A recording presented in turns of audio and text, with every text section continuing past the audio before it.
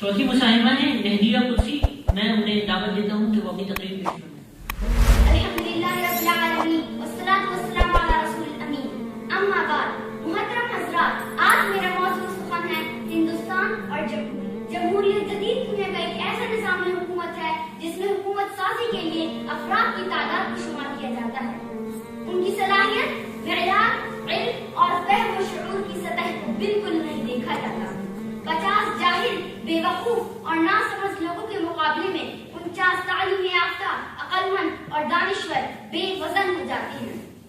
جمہوریت ایک طرز حکومت ہے کہ جس میں بندوں کو گنا کرتے ہیں، تولا نہیں کرتی.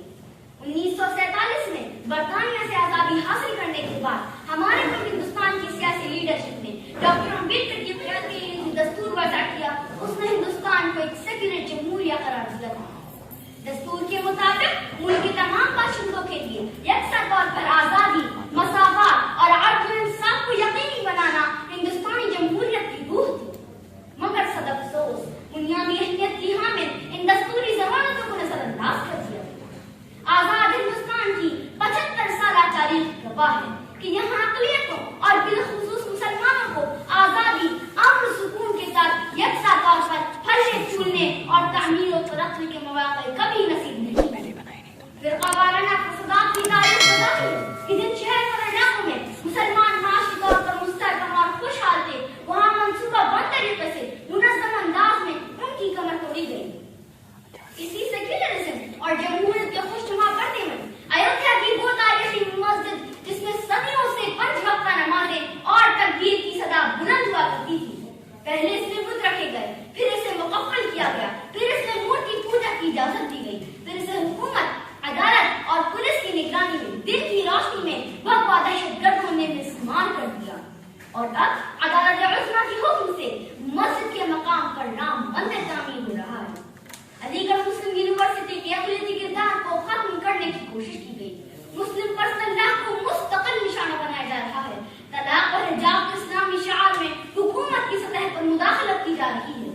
بھگوا رنگ کے کپڑوں ملبوس سادھو سنتوں اور جوگیوں کو کھلی چھوٹ دی گئی کہ وہ دھرم سنسدوں میں ملک کے کرما کو باشندوں کے قتل عام کے لیے اکثریتی طبقے سے باضابطہ اپیلیں کریں.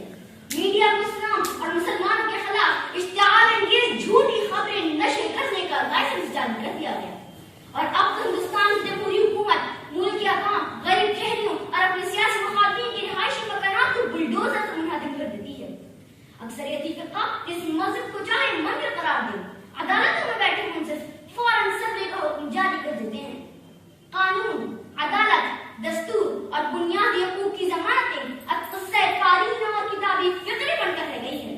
یہ ہے ہندوستانی جمہوریت کا اصلی چہرہ. حاصل کرنے والے آج جمہوریت کے سہارے اکثریت کے زور میں رنگ، نسل، مذہب اور ذات برادری کی بنیاد پر اقلیتوں کے ساتھ ہر شعبہ زندگی میں امتیازی سلوک کر رہے ہیں. شاعر مرشد نے جمہوریت پر تبصرہ کرتے ہوئے ٹھیک ہی فرمایا تھا: دیو استبداد جمہوری قدم پائے تو سمجھتا ہے آزادی کی ہے نیلم پری. اللہ رب العزت تمام مظلوم اقلیتوں اور خاص طور پر قوم رسول ہاشم صلی اللہ علیہ وسلم کو موجودہ ہندوستانی جمہوریت کے شر، فساد اور جبر و تشدد سے محفوظ و معمون رکھے اور خدا تعالی